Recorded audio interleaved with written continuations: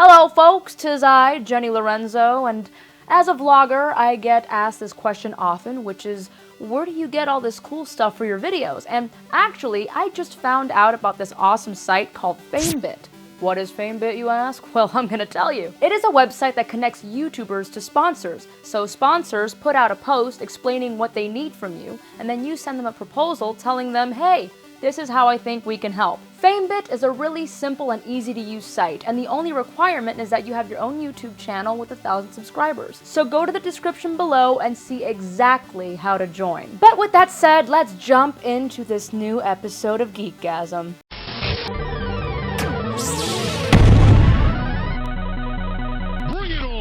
Well, as we all know, this summer did not turn up the heat as far as movies are concerned. In fact, it was more like an icy chill up my navel. That's right, we are doing another summer movie review episode. Now keep in mind, I am not reviewing every single freaking movie that came out over the summer, particularly the ones that resonate with us geeks. Now this order that we are going to showcase is actually in the order of its rating on Rotten Tomatoes. So here we go, I guess.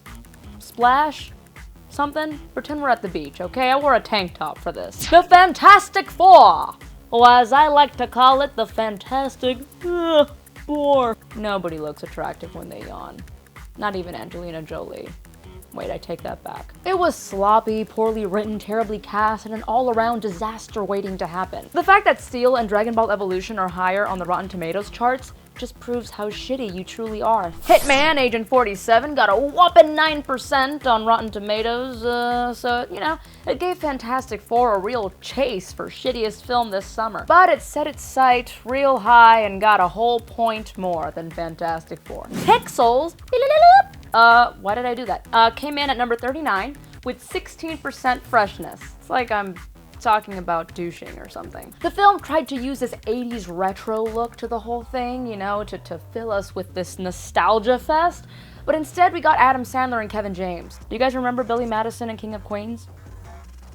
What the fuck happened? I mean, I know people at points question aggressive comics as to whether we have a moral compass in our decision making, and I get it, but Adam Sandler, good lord, it's like he's just reading the script right then and there, no gusto, no whatever that is. You get it. Terminator Genisys proves that no, Arnold. Nope. You should not come back. That's all I need to say about that. I don't think I need to say anything more. Minions! This film! Like, oh my god. You know, I thought they were enjoyable in Despicable Me 1, then annoying in 2, so you can imagine the full-on rage that they caused when I had to sit through an entire film on these Twinkies. Trying to make a Minions film is like trying to make a spin-off show from a comic relief character. It just doesn't work. Side characters are side characters because they cannot carry an entire franchise on their backs alone. Jurassic World got a 71% rating, which I can kind of see. I know the first time I reviewed this film, I was all like, woo, so excited, I love this movie, roar!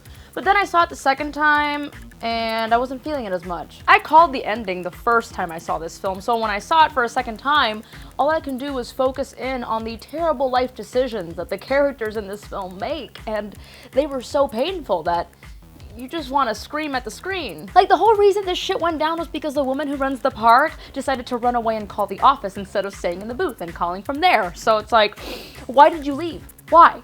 You caused this. You.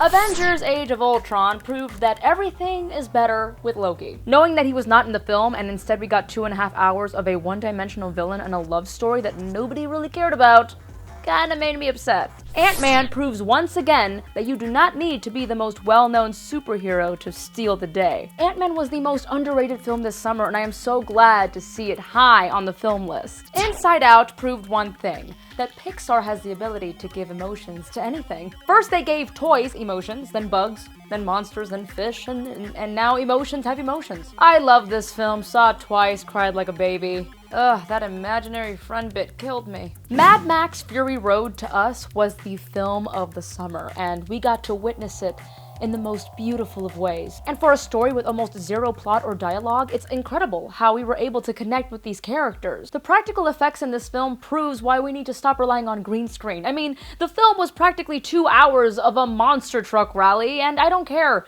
because honestly, it's as close as I'm going to get to a Twisted Metal movie, and I'm okay with that. Everything about it made it the movie of the summer. The lightning, the fire, the war boys, the stunts, and Furiosa being one of the greatest female heroines to ever grace the silver screen. For the full roster breakdown, be sure to check it out on Rotten Tomatoes, and be sure to check out our sponsors, Famebit. The link is in the description below. Be sure to visit aggressivecomics.com for the latest and greatest in geeky news. We also have a new donate feature on our channel's homepage. You know, if you want to continually see Geekgasm grow, not me because I stopped growing when I was 12, but Geekgasm can still grow with your help, so check it out. And last but not least, stay geeky, my friends.